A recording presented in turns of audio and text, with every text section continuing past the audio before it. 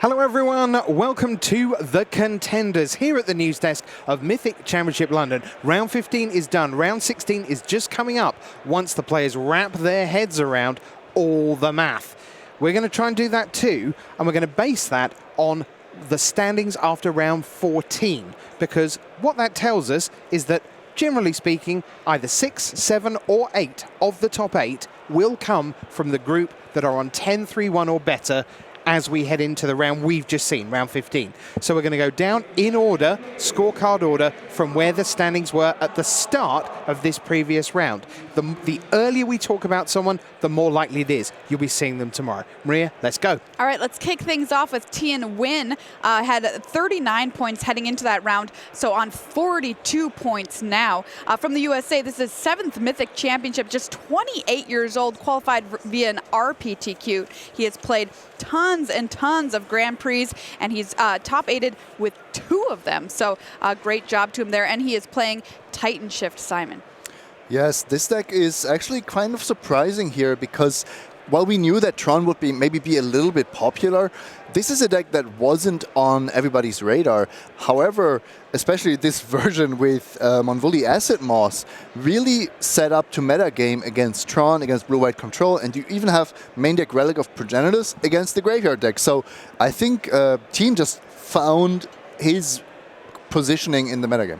All right, so that's number 1. Number 2, coming into the previous round, was Yuya Watanabe of Japan. $425,000 US in earnings to him. Hall of Famer, of course, 5 top 8s in a storied career. What deck is he playing? Let's show you on the screen. And he is playing Tron. Simon. Yeah, this is exactly the Tron deck that suffers from Monvoli Acid Moss. And there was a lot of talk whether the London Mulligan would make it easier for this deck to assemble Urza's Tower, Urza's Power Plant, and Urza's Mine. Yes, it is a bit easier, but it's not extreme. It's not happening in all cases. I think most of the fears have been overstated a little bit.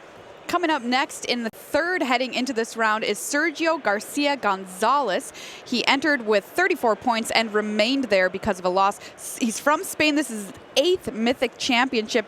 He qualified due to a good finish at Mythic Championship Cleveland, which was the one prior to this, and is running Esper Control. How do you like this choice, Simon?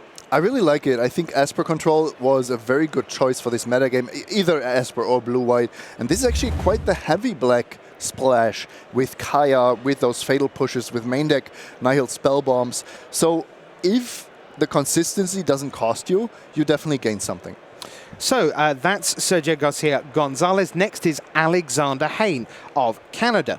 Was on 33 points coming in, the Avacyn Restored champion. This once again, Simon, a Tron deck. Worth noting though, Alexander Hayne, 65% career rate in Constructed. That's number 4 in this entire field. Wow. Yeah, an amazing Constructed player for sure.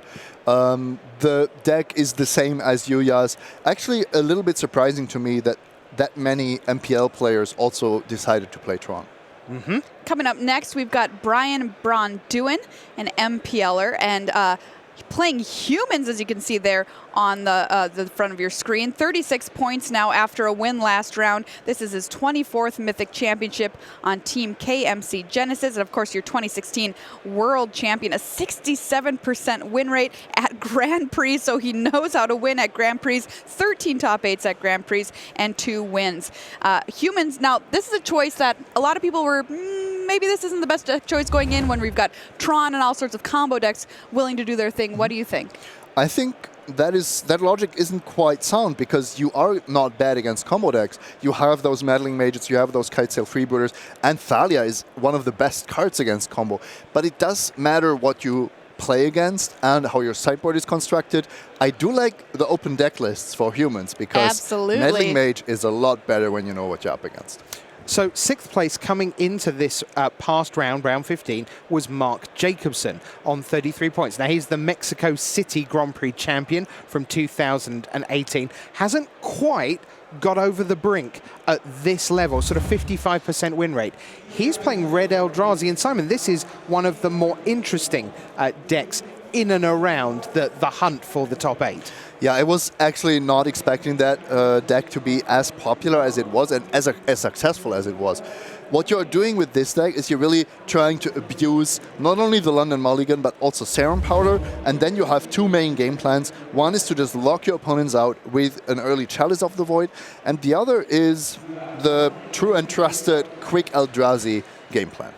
Coming up in 7th, we had Chris Kavartek from the U.S. This is his second Mythic Championship, so congratulations to him on doing so well here. He did not make day 2 at his first, but he decided to win a PTQ in New Jersey so he could come on back. He liked it so much. And also running humans here, and in this case running Anafenza the Foremost, which not all human players are at this tournament, but it's kind of a relatively new innovation, Simon. It is, and it's a nice innovation because in this case, Chris knew that there were going to be a lot of graveyard decks, so to have something in the main deck that's good against Arclight Phoenix, that's good against Dredge, definitely helps his matchups there.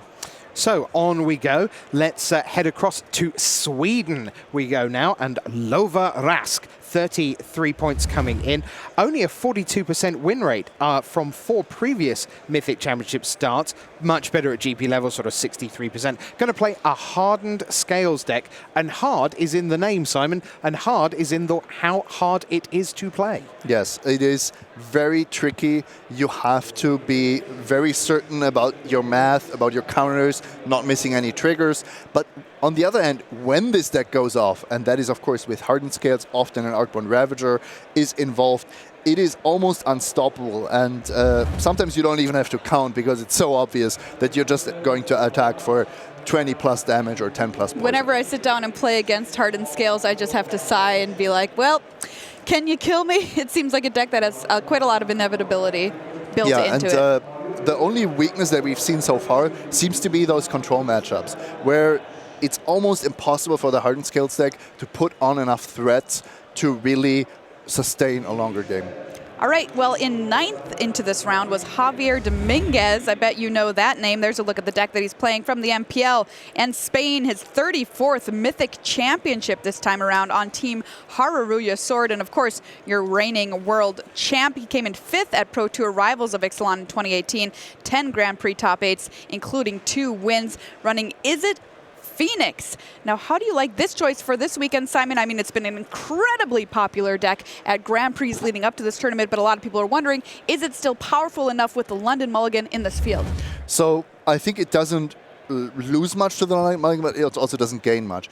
The issue with Izzet Phoenix at this tournament was that it was the expected deck, and we've seen half of the field bring surgical extractions. That is an insane number. Yes. So there's a ton of respect for this deck, and Javier Dominguez is one of the few players that actually found success with it, but it is one of our top 5 archetypes. I think Javier Dominguez could find success with most things, though, to That's be what fair. it seems like these days. It does. Now, next up, it's Yuki Matsumoto. Somebody always falls through the cracks. Got to be straight here. We haven't seen a lot of Yuki this tournament. A 2-time Grand Prix champion, 5 Grand Prix top 8s. Another player on Red Eldrazi, like Mark Jacobson. Is this a pretty similar thing, Simon? Yes, it does have a few more creatures as far as I can tell. So you have almost all the creatures are Eldrazi, with Eldrazi Mimic, Eldrazi Obligator, Matter Reshaper, and so on. And the fun part of this deck is if you actually Serum Powder away a hand with Eternal Scourge, you can cast it on turn 2 with the help of an Eldrazi Temple. So what's better, red Eldrazi, white Eldrazi? What flavor of Eldrazi do you like? Do I really have to pick? I like Orzhov Eldrazi. Okay. If I had to play Eldrazi, I would play Orzhov Eldrazi. Okay, sort of Joe So vibe. Exactly. Wasteland Strangler has impressed me a lot this weekend. Oh, okay. Fair enough. Well, moving on, we're heading next to Seth Manfield, a very well-known player and member of the MPL as well, running Dredge this weekend. This is his 28th Mythic Championship on Team KMC Genesis. Of course, your 2015 World Champion. A lot of World Champions on this list.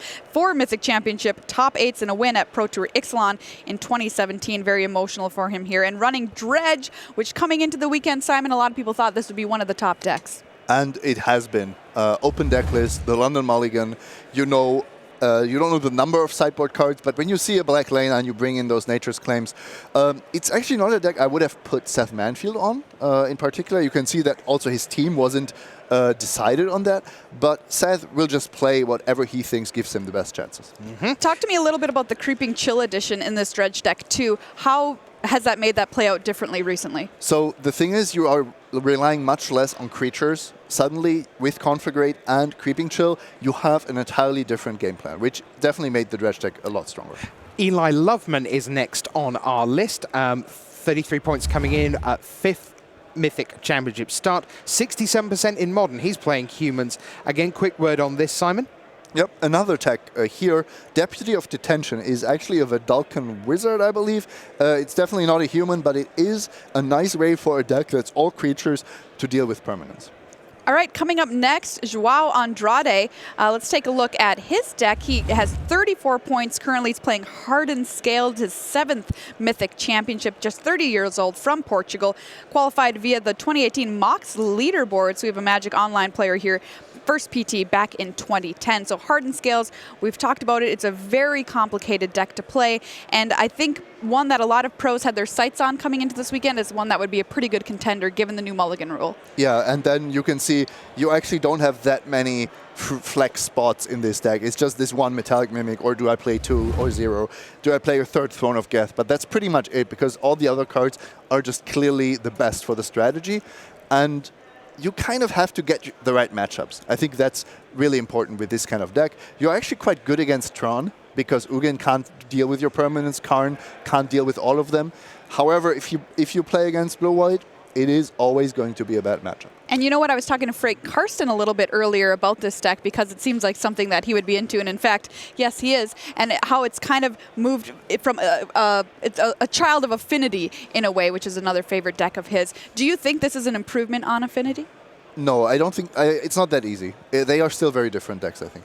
Patrick Tierney is up next at 31 points coming in, so needed to go win and then see what happened. 4 Grand Prix top 8s for him, and he is playing Amulet Titan, Simon. Yes, for those that have never seen this deck, this might look a bit confusing. Amulet of Vigor combined with what we call Karoo or Bounce lands to generate extra mana when they come down.